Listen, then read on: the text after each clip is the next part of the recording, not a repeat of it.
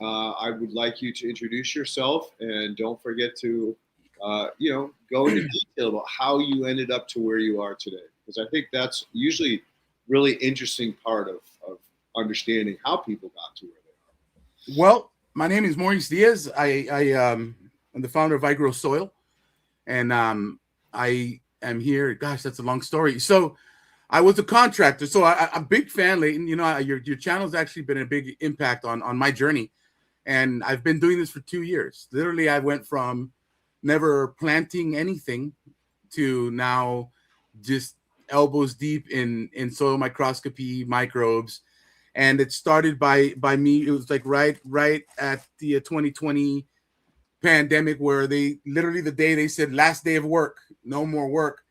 And that day I came home, and you know, I wasn't feeling well, and I end up in a hospital with a flesh eating bacteria that, I mean, just poof, put me out. I was in the hospital for months.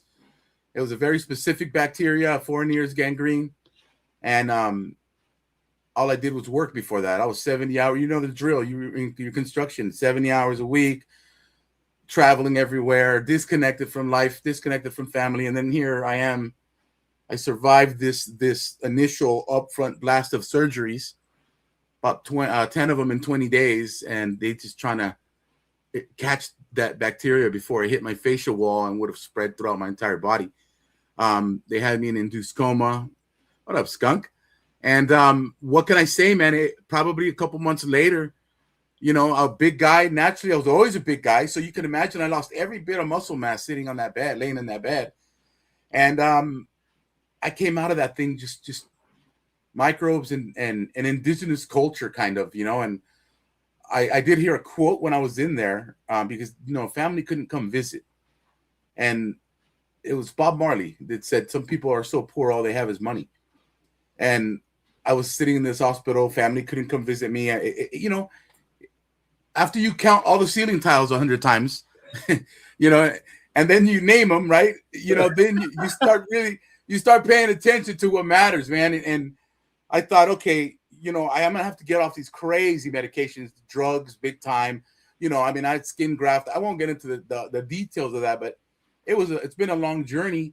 But I come home, and I wanted to grow medicinal medicines, which is really not something you can do here in Florida. And I was already kind of in this journey of like the horse blinders came off, right? Once I decided, okay, I've done the money path, and there's family here. I hadn't seen my mother in, like, God knows, 3 weeks, 4 weeks, and she only lives down the street. And I ran into Elaine. You know, first of all, my cousin was like, well, if you want to grow, you want to go look at worms. And I'm like, what do I need worms for, dude? What are you talking about? You know? And that started the like, what? They're doing what? They're eating food scraps and what? You know? So I find Elaine, and Elaine pushed me to Matt Powers. And Matt Powers was the energy I was looking for. I love everything I learned from Elaine, but I started crawling for more info. And so when you met Elaine, or you started? no, I'm sorry, online. Okay. Yeah. Did you take the course? I ended up taking Matt's course. Okay, all right. Because, so on the back end of this thing, I lost everything, right? I lost my business. God, I couldn't even walk. I was, you know, open wounded when they sent me home. You know, I mean, treatments of gauze, dude, crazy, right? I just won't even get a staples and stitches and all this craziness. And here I am, like, somehow, I think if I really had to, like, put it all together, I think that I was able to get through a lot of those days, those painful days, through microscopy, because my family now, my cousins wanted to help me. They're like, well, dude, you should, like, we'll help you pay for those classes. I had a lot of money owed to me. You know how the contracting businesses do. It was a 30-day net pay. Those people abandoned me. I had probably 20, 30 grand out there. And nothing matters when now you're, like, fighting for your life, right? Now it's like, okay, I got to be on this planet. I've survived this craziness, and now I need to rehabilitate through it. And I, again, found Elaine and found Matt. And Matt gave me his introduction course, because I didn't have anything after that. And my family bought me the microscope, knowing who I was following. They decided this is probably the scope he wants. And they went, and I got this thing in the mail. And I went out there and I grabbed sand and I put it on the microscope. And I'm like, this is not what I'm seeing on TV, you know? And that started the journey. And I started obsessing over it. And as I was rehabilitating, I was going out there, literally tearing open wounds. I mean, ripping things off because it inspired me to get out there and I need to move. I need to be mobile and looking at samples and then feeding microbes. I started obsessing over feeding them. What happens if I give them tortilla? Then I start watching the succession of them as they eat tortilla, right? And meanwhile, digging through the internet, I shut my life down. It was just every day after my rituals of rehabilitation, gauze changing in the morning. And I've been and I haven't come out of it. And so, I start listening to the protocols that, the plan that Matt puts in place. You know what? Can you try to turn your microphone up? Oh. When you're in close, I can hear you, but you're drifting in and out. Yeah. I have a bad habit of moving back and forth. I get psyched when I talk about soil. No, good. I'm happy. I feel the energy. It's a good thing. Yeah. So anyway, I find Matt and I launched, dude. I'm like, whoa, metadata information. I, again, never put a plant in the ground. So I kind of did it backwards. I had no interest in planting. Ryan Sullivan, he's doing it big. I had no interest in planting. And then I learned that there's a relationship, right? And it's like, for me to maximize my soil, I need to grow. And, here I am 2 years later. And then I found Rick over at Gardens in Glass. So Rick Parker, Gardens in Glass, has been a mentor to me. And he unlocked me because I started following these protocols. And then I started recognizing, wait a minute, anaerobic microbes are here for a reason if you really think about what soil does. Because we had a hurricane and I went out there after the hurricane, took a sample and I saw a bunch of ciliates. Threw me into the facultative path. Wait, hold on, and then Rick's always like, Mo, just put it in there. And then he introduced me to you guys and where you're now this aquaculture thing. So you're bringing answers to me where I'm like, yes, aquatic microbes are the key here because they are like the ultimate nutrient cyclers, right? These things are like setting transformers into the soil temporarily until it settles back up, right? But yeah, that really set me off, so that's basically in a nutshell. So how did you hear about aquatic microorganisms or AMOs? Through Rick over at Gardens in Glass. He's again like a mentor. He's like, oh, did you know Leighton Morrison? I go, no, I don't know anyone, right? I'm just new to all of this. Sends me your links, and then I hear you talking about aquatic microbes, diatoms. And this is the data I'm looking for right now because I had already gone deep into a lot. But I'm in Florida. So I'm surrounded by aquatic microbes, right? And, it's like aquatic soil is what it is. I think you in my world coined it aquatic soil. And I'm like, that's right, dude. These, because these microbes that are in there are, again, like apex cyclers. So they bring so much benefit to it. So that started that whole thing. And we started composting in every different way. And everything I did goes into the microscope. Everything I do comes to the microscope for verification, right? I don't live and die by the microscope said this, but what it allowed me to do is say, well, I disagree with that. And here's why. Let me show you. Because to me, I have to see it to believe it.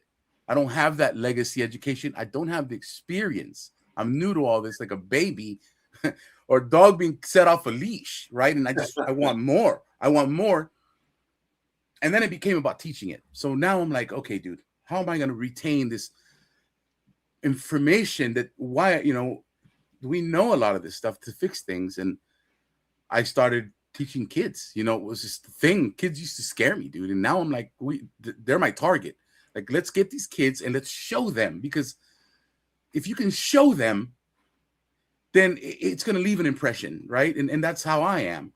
I need to see it to say, wow, I remember that. That was alive, and I see you doing that with high schoolers. So I also said, let me follow those that have been ahead of me already and do the complete opposite that I've ever done in life, which is fucking, I'm going to go figure this out on my own because that's who I am and I'm stubborn and I'm going to do it my way and it's my way or the highway. No, I had to let all of that go. Say, okay, Elaine, Matt, people like yourself, okay, let's just trust what they're teaching so that I can accelerate my learning, right? It's kind of like learn from your parents and you're like, yeah, right, I'm going to go get in trouble anyway. So, that's what's got me here is just being blown away by what's happening in the soil, and wanting everyone to like see this so that you can believe it. And when you believe it, then maybe you'll do something about it, because it's very easy once you understand it. Once you understand the structure of microbes and soil, right? So, yeah. Wow, that's a great journey, brother, and welcome aboard. I mean, 2 years is putting in some hard time, and it's funny that the reason I started my journey was a similar thing. I didn't get flesh-eating bacteria. I got divorced. My children were taken away. All my money was stolen. I was thrown out of my house. My credit cards were maxed out by my ex. I was fucked. Like, and this is 2008. There was no work. I had been busy since I was 18. I always had a waiting list of people waiting for me to get to them. That evaporated. It was pretty horrifying. And so, but I see this repeatedly over and over again. People have to go through something that's really life altering, like counting the ceiling tiles till you go crazy and say, all right, I got to find something else to do here, right? And that's when you reach into your inner soul. And I try to say, the only way I can really say it is it's like finding your path, right? You don't know it's your path, and you probably will question that the rest of your life, but other times you'll be like, I know this is my path, right? I'm passionate about this. This excites me. So I guess, more than anything, I want to say, welcome aboard, bro. Welcome Thank you, aboard. man. And thank you for what you've done. Right? I think I had the opportunity to, we had Luna on, and I asked her in the backstage, I'm like, maybe we hope that you told how many people you touch, because, when we started getting to pheromones and stuff, that was kind of like, okay, this is where the direction, from the searching. But, I'm with you. I call it battle tested. It seems like the passionate people that I find in this have been battle tested in life, where we've been drugged to. I went from a non-spiritual, almost borderline atheist, if you will, to saying we've got to be dragged through the dark in order to become this guiding light, or in order to understand it. I need to go through this fire to understand how bad that's going to burn, and come out of that scorched and say, the light's this way, and this is the direction I'm going to go. And I don't care, it's almost like you can't take anything away from me that hasn't been taken away from me before, which makes me dangerous. Right? And that's the key, is that you have nothing. And that's when you really start to go, well, what do I really fucking need? Right? And what you need is soul food, something that fills your spirit and your heart, and gives you that feeling of, all right, this is amazing. And so, yeah, it's really inspirational to hear people like you. And this is why I have this podcast. It's like, because, first of all, I want to give back. I mean, I was so blessed. I got to study under Dr. Leighton at Rodale Institute for 18 months, pretty much one-on-one, 3 to 4 days a week. This was way before she put her courses together. And, I got to question her methods and her, methodology a lot of times. And I would she say, well, no, you got to do it this way. Well, I try other things, right? But that was how I learned, was by trial and error. And so anyway, once I got out of there, and I was like a rocket ship, I was taking off. I was doing projects all over the country, huge monuments, state, federal parks, crazy shit. Yeah. And so I was so blessed. And that's when I started to realize, like, wow, I just got given a very, very powerful gift. She didn't charge me a dime, right? Wow. Yeah. And so I have a duty to give it back to people, or teach people, or at least like sell them an inoculant. Like I never wanted to. I'm an anti-business at this point. I don't want you to buy my product all the time. I want you to buy it once, make your compost, learn how to do it, and then you're on your way, right? Yeah. And make it as easy as possible for people to get that initial leg up, man. That first leg is a bitch, right? You made compost a million different ways. It's not easy, right? You have all these different plants. Some brown plants are heavy nitrogen. Some brown plants are no nitrogen. And the same with green. So even if you had a greens to brown ratio that you follow, sometimes it gets super hot. Sometimes it never gets hot. So, it's a challenge. And so anyway, that's why I do it. And I'm really excited to have you on the show today, my friend. I'm happy to be here, man. I was originally, I think almost a year ago, people sent me your link and I was like, what am I going to talk? What am I going to tell Leighton? Right. I'm like learning from this guy and I'm learning from, and I think Ken sent me a message, was like, if people are telling you to be on, you should be on. And then of course I started teaching and that distracted me. And I learned so much, from the biology. I learned so much from soil. I learned so much from the community. It really, I want to honor it. Like you said, the fact that like Matt did what he did and brought me into that course. And I felt like, okay, I need to, like, I'm not letting anyone down here. It's very loyal. I come from the streets of California, dude. You know what I mean? Before I moved to Florida, I was a hot mess. I left that place smoking hot back in the day. So it's a loyalty thing. And I'm extremely loyal. And I feel like I need, like you said, my goal is that if I do sell you something, go here. Here's how you fix it. Here's how you make it. Here's how you do it. Go fix your land. And I'm lucky enough that I'm able to, call people that are just like, Mo, if you got a question, call me, because I know you're on some accelerated pace of learning stuff. I'm in white papers, bro, because bro science was early on for me, and then now I'm like, no. I need to see what I need to be able to, with conviction, say something that I know I'm talking about, because I usually get some kickback from people who I want to be able to at least debate somebody who's got that legacy education that is taught. And they, if I offended them, okay, but you're taught to think a certain way. And I'm like a kid, bro. And when I teach these kids, when they see a nematode, they named it Frank, bro. In my class, a nematode now is a Frank. I have no control over that. But you know what? That's all that matters to me, is that they know it's a worm that they call Frank. Oh, there's a Frank, Mr. Mo. I'm like, well, as long as you know it's a nematode. Yeah, a Frank. That's what we said. It's like, okay, cool, good. Then it's Frank. So be it. But yeah, it's the visuals of it all. So if you're reading white papers, there's a really, really important one to understand. And I think her name is Lynn Cartufa out of Colorado State University. She's the first person that wrote a paper that explained to me why what I was doing worked so well. And she named the liquid extract, compost extract, dissolved organic matter, DOM. That was just like, oh my God, this makes all the sense in the world. In her work, she explains that dissolved organic matter is only 1 to 2% of the overall soil organic pool. Now, the soil organic pool in typical land is very low. It could be low as 1%, 2%, 5%. I mean, they think farmland at 12% is good. My goal is 20 to 30% organic matter, because the more organic matter you have, the more powerful your soil will perform. Right. So to think about it as the soil, the overall organic soil pool, as 1 to 2% of the soil, and then the dissolved organic matter is 1 to 2% of that. It's a fraction of a fraction. Yeah. So that's something you should look at. Also, we should connect you to Jimmy Perkins. He's Three-Eyed Tiger down there in Florida. I forget exactly where he is, but he's doing some amazing work. And again, there was someone else that I think I connected to him, because it's the network that's going to help you, dude. Agreed.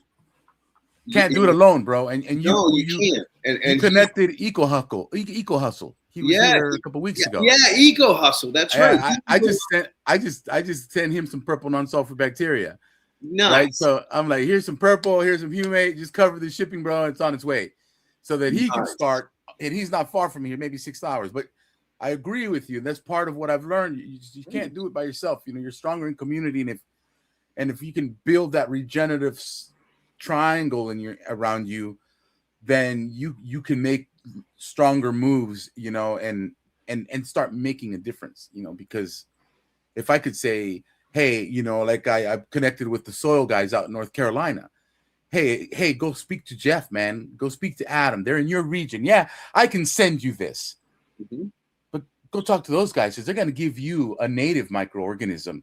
They're going to give you something that grows in your town, that, you know, we start getting into the type of microbes that we grow, and behaviors that they have, and what I've seen, you know, even in temperature change, right? Because again, I had 3 things brewing every day for 2 years. I mean, this, and that, taking notes, making video. Okay, well, guess what? All of a sudden, I have a Diloptis in my brew. Okay, let's mimic that brew 3 more times. Okay, 3 more times I did that brew. Why is there Diloptis here? I don't know. Well, let's mark the date. The following year, same date, same brew, Diloptis again. It's the temperature change, right? Because in November in Florida, we dropped in temperature. So right now, I'm tying that to temperature change here, which helps me, because if it is an apex cycler. So if I needed to go make a brew and I needed these apex cyclers, that's where I'm going after, to either remediate something or help remediate something, or help. So the other 2 facultative anaerobes that are really amazing are rotifers. Oh yeah, and stock ciliates. I mean, those guys tear shit up. Absolutely, man. They are the and what's amazing about like these guys, especially the stock ciliate will travel, but the rotifer, as it's traveling and pulling all this biology in, if it runs into a patch of EPS of biofilm that maybe is not the best thing, maybe because pathogens will behave the same way, it'll disperse them as it's traveling through this system. And, you know, for me, those are the things that take it yet even further, because the rotifer is the shiny thing that we all love, but the bacteria and what the bacteria do are what really catch my attention, because these tiny things are moving mountains, you know, and a healthy soil with rotifers in it will keep them honest by dispersing them, kind of like the cops showing up to one of our rallies back in the day, you know. It's kind of like, get out of here, you know. Okay, cool. You know, I've had these debates with Elaine about facultative anaerobes, and I was like, you know, Elaine, the rotifers are so critical in our aquatic ecosystems, because they feed the fish in the larval stage, and when we don't have them, those little, you know, larval fish can't grow into fingerlings. And, you know, because she was very negative about facultative and anaerobe, she was like, nope, has to be 100% anaerobic. And I demonstrated to her. I was like, look, if I do a facultative application on this burnt soil and then wait 6 months and I come back and do a full aerobic, I can turn that soil way faster than I can with just a straight aerobic soil compost extract. And she at first didn't believe me, but over the course of the last 6 months I was there, I grabbed a little plot and I demonstrated with a side-by-side. And, you know, at the end, she started softening, but she had gone through hell when I first met her. I mean, she had literally gone through hell at that. So, you know, I understand. And I was always like understanding that, you know, that's the reason why she had to be the way she was because everybody was out together. And there really were a lot of people out together at that point in time. So another thing that was really interesting was that she was like, well, you can't take compost from California and bring it to New England and use it because you're you know, they're not the same organisms. And I was like, I don't know, Lane, when I'm out in California or down in New Mexico or, you know, up in Idaho, when I look under the microscope, the testate amoebas look exactly the same. You know, the nematodes, for the most part, look exactly the same. Like, yeah, once in a while I'll see something that I've never seen before, but the majority of the, you know, advanced nutrient cyclers, they look the same. So I don't understand why you can say that. And then I went on to explain to her, I was like, you know, before the great human expansion, right, when we started expanding across the globe, there was great migrations. And those migrations, man, they brought aquatic organisms from the river, streams, and lakes up onto the land. So did the storms, right? So did the tornadoes. Everything was being dispersed all over the globe. I mean, there's this woman I've been dying to get on this podcast for years now. She discovered air biome. She was studying the smoke from wildfires up here in NorCal, and she literally documented protozoa floating around on ash, right? Wow. So Yeah. we know that these organisms were getting dispersed all over the world, like not just the country. Like I'm sure you've heard of the sandstorms in Africa fertilizing the Amazon rainforest. Sure. Well, those are totally different fucking ecosystems. One's a desert and one's a rainforest, but yet they're working in harmony. So anyway, needless to say, eventually, we kind of agreed to disagree. We didn't talk about it much anymore. But most recently, I started talking or working with a guy named Dr. James White out of Rutgers. And he first turned me on to what's called horizontal gene transfer. And that's when two organisms come together. Say this bacteria flew in on a bird and got pooped out and landed in this new area, never been before. And it bumped into another local indigenous bacteria, and they basically communicate, say, hey, I'm new to the block. What do I need to survive here? And that one says, oh, well, what do you got to trade? Oh, well, I came from this area. And they trade. They literally trade RNA, which helps them, evolve.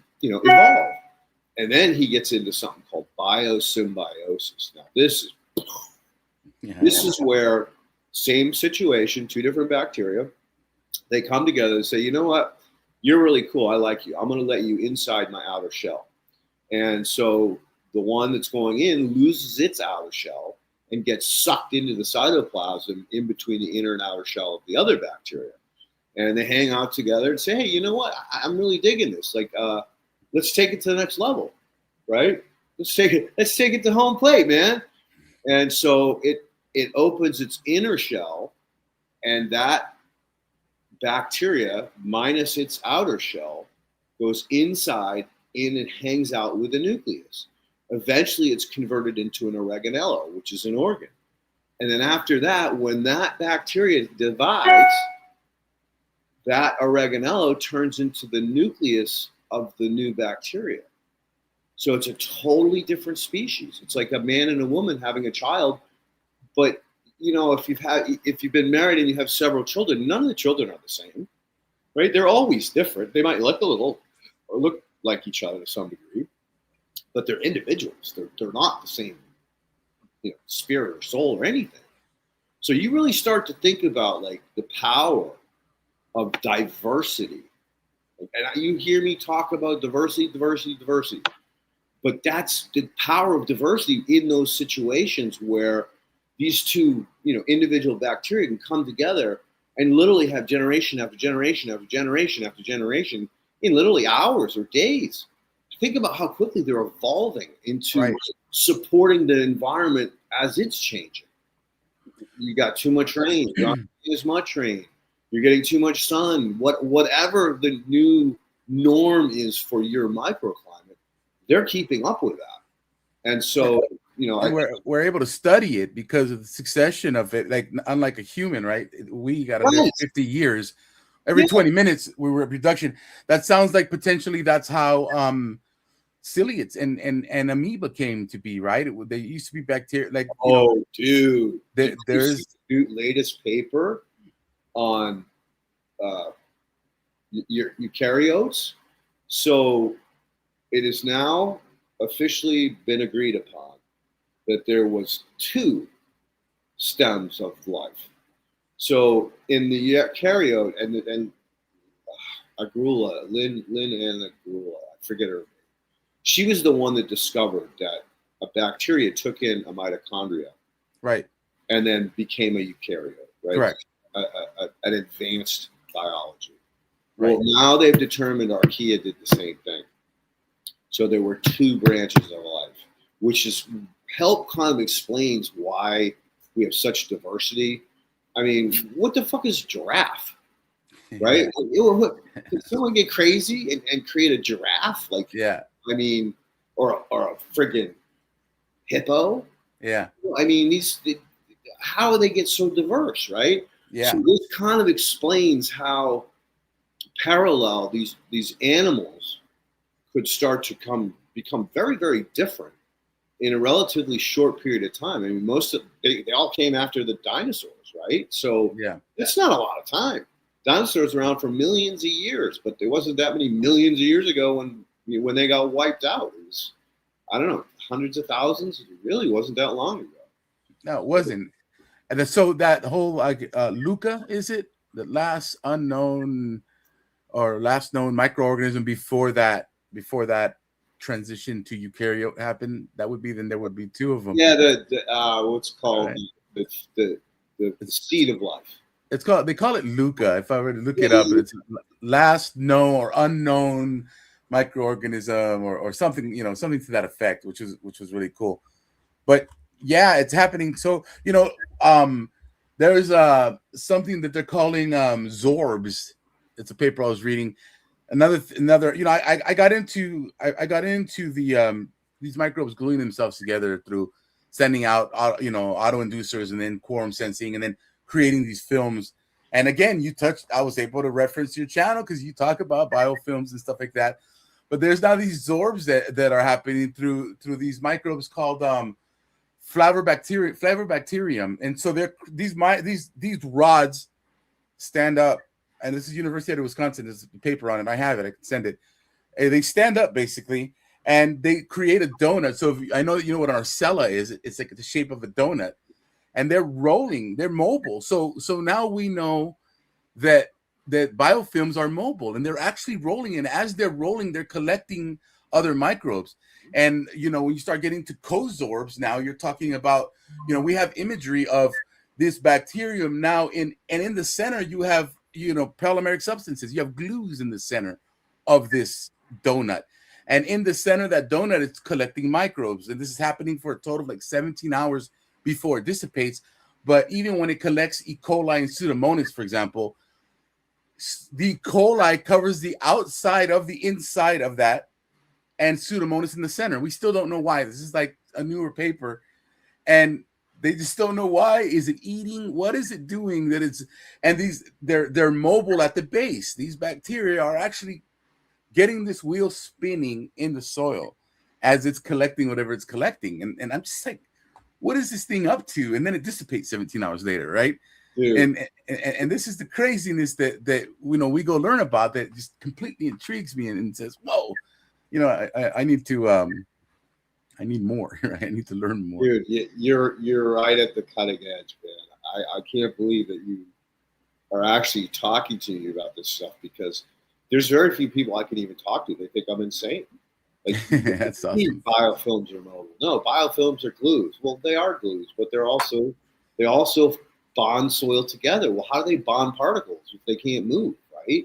Yeah. So they're expanding, they're contracting, they're rolling. Like you said, you ever seen a naked amoeba?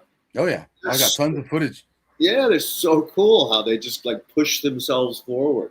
Well, it's got. I've got a video. I don't know if I could share something here, but I've got a video that I captured that is like cyclosis. So Dr. James White teaches rhizophagy, and I've got a root actually performing cyclosis, and then there's the border cells of roots, right? So at the tip of the root, it's releasing these shuttles. I see it as a comic book in my mind, right? Dude, and that's how it protects itself. When it gets to an anaerobic zone, the first thing it does is shoot off its border cells. It's so awesome. Springs it back. It's so safe, dude. Oh, and then it's creating walls, right? So now you've got EPS happening. So a couple things are happening there. There's one potato. So you're pushing through, and it's creating mucilage to help the root push through those tight anaerobic zones. Mm-hmm.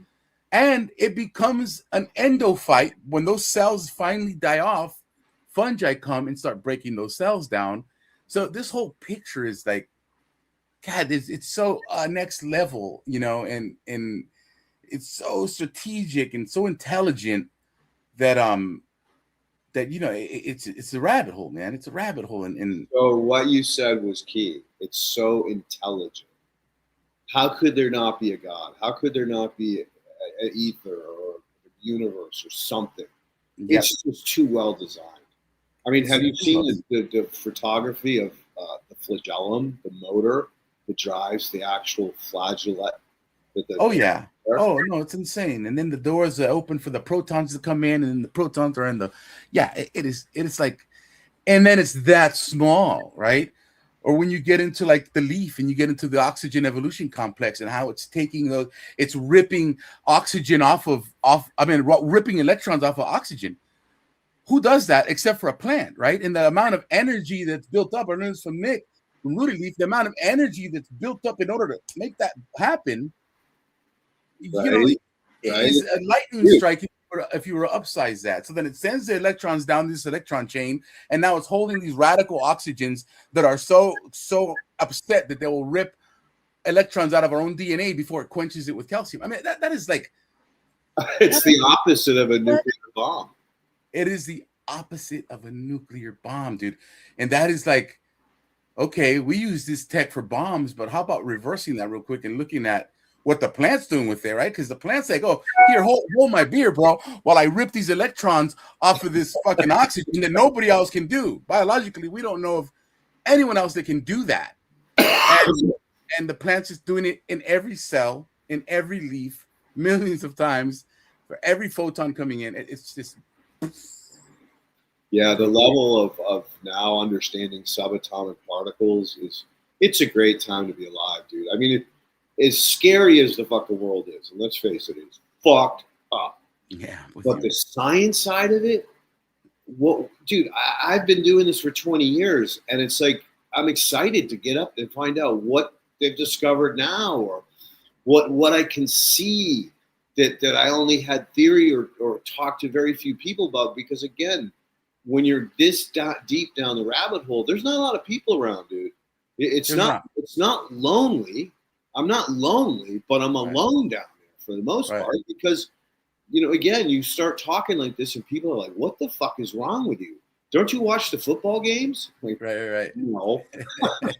That's exactly right. It's like talking to the wife about cars, right? So I don't care about cars. It's like, all right, I don't talk to her about the game. I don't care about the game, And that's I got to nerd out pretty hard last night, and a purple non-sulfur bacteria has been a big deal for me. Ever since Matt mentioned that, I went and I captured it and I started learning about PNSB and just what a Swiss Army knife it is in the soil, right? And what it's capable of doing, and the fact that it's creating endocetic acids, and it's creating its own this thing is a general to me. It's a quarterback on a football team that is saying, okay, we're going to go sweep right, go left, depending on the conditions of the soil. And that also sent me down a journey of like, wow, the power of the microbe. In the event that PNSB, for example, comes in contact with chromium, I speak on this one often because it blows me away. It'll take this cysteine protein that it makes, remove that sulfide group, and then micro or nanoparticle partialize if that's even a word, that chromium. And now that chromium is not available to the plant or us. And God, if that's not like next level quantum shit, and yes, it's doing it to protect himself, but if you follow the succession of the chain going up, it's protecting us, right? It's protecting the plant. Protecting all life. It's these dynamic accumulators, and it's really honestly something that's just mind blowing to me. And again, and there are so many other ones that do similar stuff. Absolutely. So many. Like, we could go on for days about the species that we do know. Yeah. That are being what I want to call not nutrient cyclers so much as making things bioavailable or non-bioavailable. And that's really important to understand, because when you're a plant and say you want molybdenum, but there isn't any, you're going to go to the nearest thing on the periodic table with a similar atomic weight, maybe up or down. And you're going to keep going further and further away from that molybdenum until you find something close. Now you're going to take that up. That could actually F you up, right? That could make your deficiency even worse. It could be a multiplier. And that's where those critical bacteria are so important in preventing that exact uptake from happening. Yeah. Because at the end of the day, like, the whole system is reliant upon the things above the ground, right? So if you're a plant, you're reliant on sun, water, nutrition out of the soil.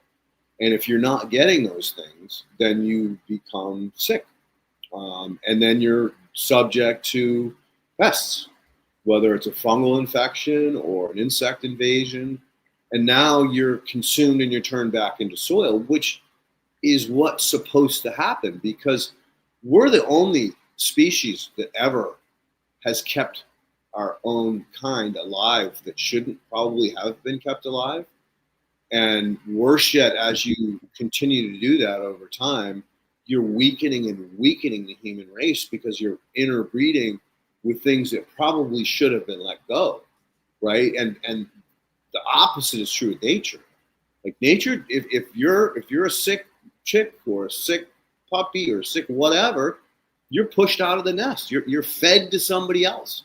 You're food for somebody, right? And that's where humanity got their conscience, and for whatever reason, decided, no, we can save people, and it feels good to save people, but you gotta think about the consequences of that, and the burden on the family that has to care for some of these children that just are born without any ability to support themselves.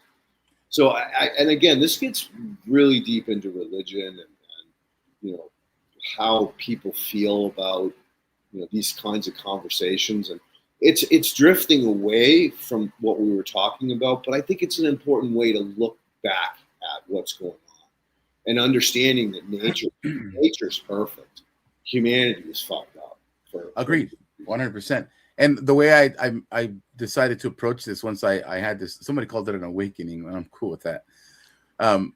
Once I saw this to be true, immediately my brain said, okay, officially there's a creator. I don't care how you slice it, whatever that creator looks like, there's a creator. But secondly, it led me to honor the microbe, in the sense that I believe that the microbes can do it. Before, it would be like, oh, I have to see it to believe it.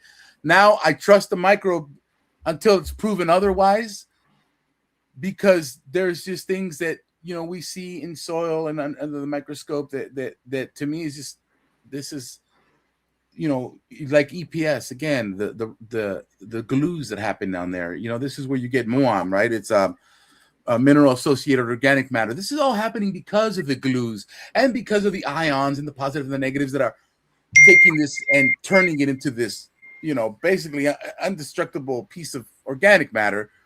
But the glues that are left behind are, I have an image that I took of a big biofilm with rotifers caught up all in it.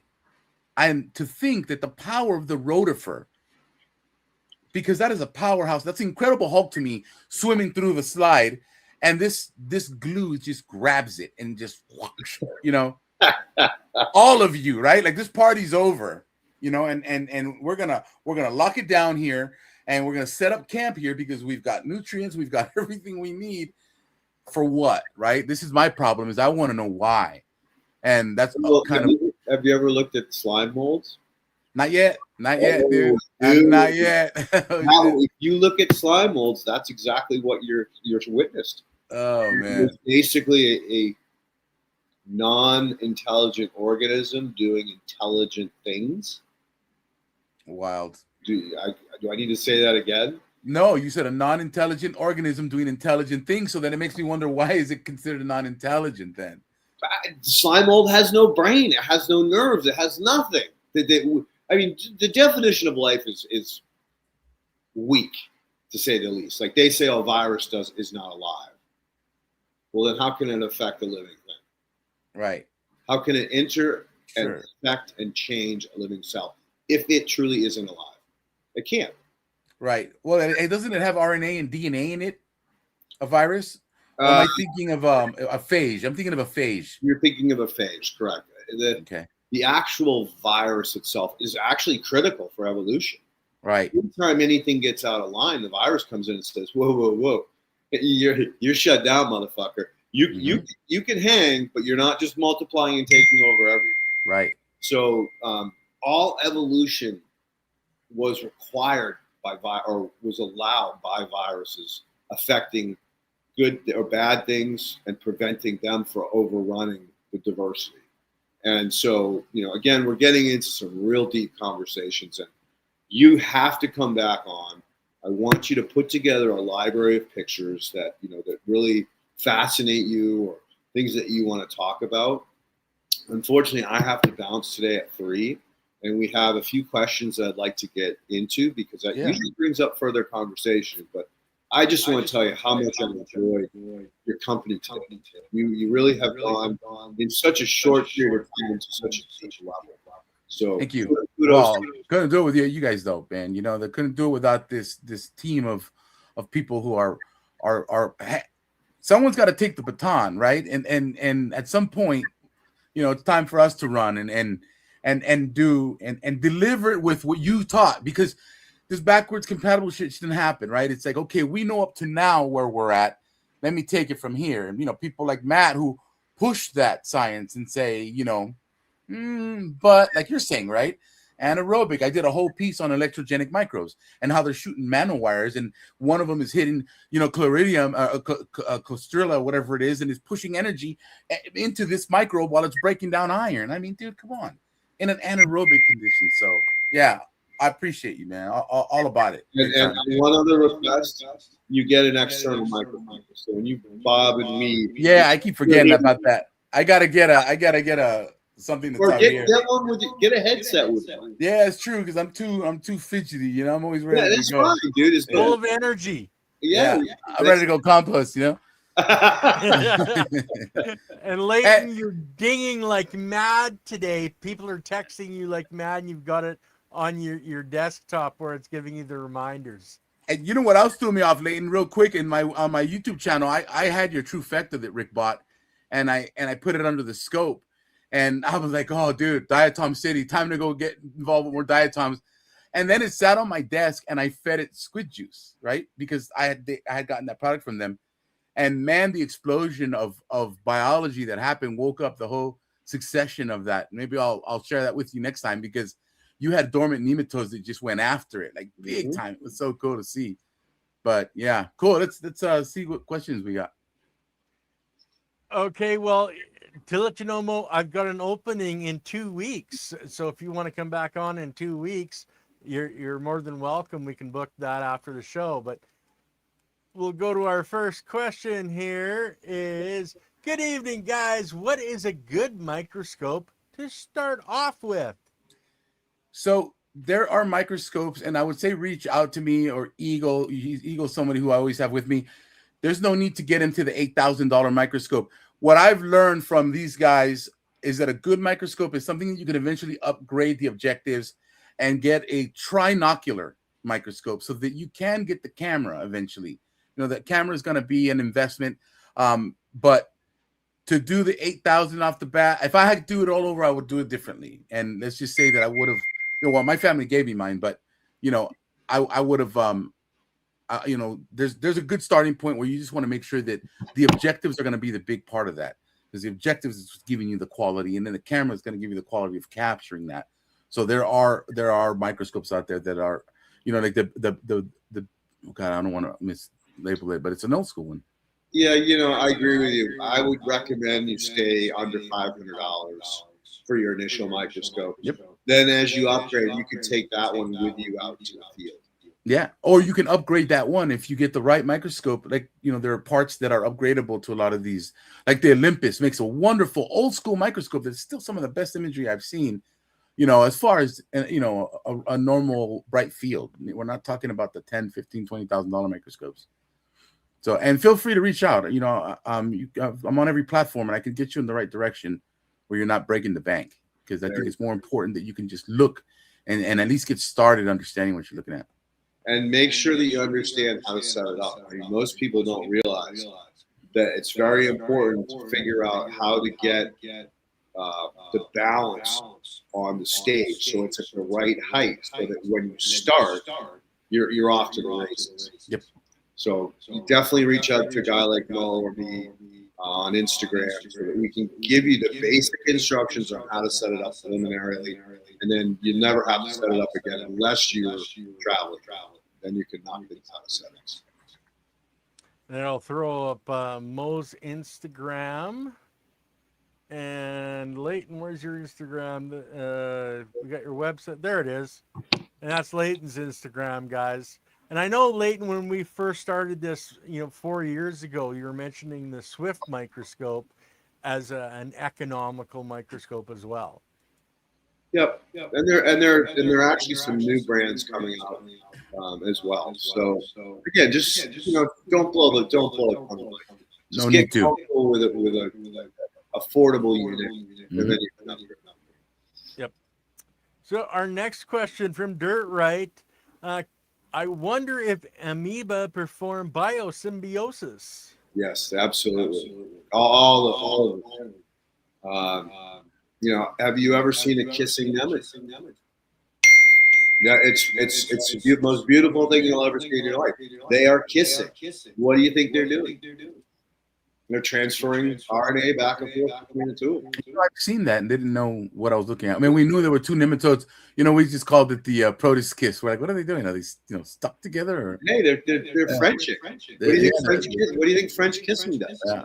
When you French kiss a girl, you're sharing your RNA and DNA with her. Sure. And she's back to you. That's cool. And there's more other things you can do that get even crazier than kissing. Oh, I can show you some images, bro. I've got endotokia matricia. I mean, I got some stuff that I've captured early on that I had no idea what it was, and come back to it and find out. Look, I'll be honest with you. I'm for the next till the end of this month. I'm going to be cutting it short. I'm only going to be doing 1 hour. I'm just going through crazy. But if you book the next one, we'll be doing 2 hours. So you definitely want to put together a bunch of things that you have documented or videos or things that you want to discuss, because it would be a lot of fun, and I know the audience would really enjoy it. Yeah, that'd be awesome. Definitely share some of this microscopy that makes you wonder. It's beyond just the ciliate moving. It's like, I've got a rotor sucking the life out of a paratrich, or out of a vorticella, just completely sucking the life out of it. And it's like, I caught that on video. It's not a picture, right? It's like, that's awesome. Yeah, that's awesome. So next and last question: how do you breed microbes? Well, that's easy. You provide the right environment, the right food sources, and they will divide like crazy. So that's all it is. Like, I think another example is the kissing amoeba. What the kissing amoeba actually is the division of one of the amoebas into the other one. You can actually see one of them blow up while the other one is slowly going down until they're equal size. And then they pull apart. Now you've got two amoebas. So yeah, it's very easy. Right environment, right temperature. Right, you'll see it in a tea. At the 28th hour, you're the 28th to the 32-hour point, you're going to see a lot of mitosis, a lot of just exact cloning of ciliates, right? The bacteria, harder to catch that, but when you see ciliates, it's not uncommon, actually. If you've got the scope, it's not uncommon to see this happen, and it's actually exciting because it's like, what's going on here? And then you spend a little time, and all of a sudden, boom, they just, like two balloons just splitting, and one goes this way, the other one goes that way, or worms do the same thing. Some of them pinch yeast buds, right? It's this whole thing that's happening in the soil, and it's just happening depending on what you feed them and how you feed them, and And you can watch the opposite too. You can actually see stock ciliates go in and out of cysts. When you get the oxygen too high, they'll start closing up, and then they'll pop open and do their thing, and then close up again. Really cool. Again, the world of microscopy is a dimension you can get lost in very easy. Sure. I mean, the first time I really got comfortable behind a microscope, you had to peel me away from it. That's it. Once you get over the nerves of it and understand that it's not as fragile as it may seem. Yeah, it's a bicycle. It's just a bicycle. Once you get comfortable riding it, you'll be able to, without even thought, you'll just be doing it. And I like what Breed the Garden says here. A $20 microscope off of Craigslist, Facebook Marketplace. Make that your first start. And if you're anything like Mo, all of a sudden you're going to be going, "Oh my God, I want to know more," and then take it to the next level. Yeah, it's got to be. It's got to be. And I like the camera. I took Matt's advice on that was I didn't want to be discouraged by trying to get my eyes on an eyepiece, and it's like, here I go, 4K camera, set it up. I go in and out as I do things. I check my teas, my compost. I can biosteer, and control my inputs and my outputs by being able to do that. Yeah, you can have a lot of fun with inputs. Just like in compost. The recipe book is endless, and again, what I encourage people to do is kind of go extremes at first, so that you can learn. This is about pioneering. So don't be a moron, but use your common sense and say, hey, I'm going to double up my greens in my compost pile and watch what happens. And then you're going to end up turning it every day and be like, I'm never doing that again. Right? Or like me, be a moron in a bucket to fully understand when you see the crash. And you say, by being a moron, I saw the crash, and now I need to see things, right? I'm that guy. Let's go put more on and see what happens, right? And sure enough, okay, no bueno, dude. We went all bacterial. That is the fastest way to learn. Yeah, is to go mess things up, not make mistakes. Learn lessons. There's a big difference. You should never be afraid to make a mistake, because it's not. It's a lesson.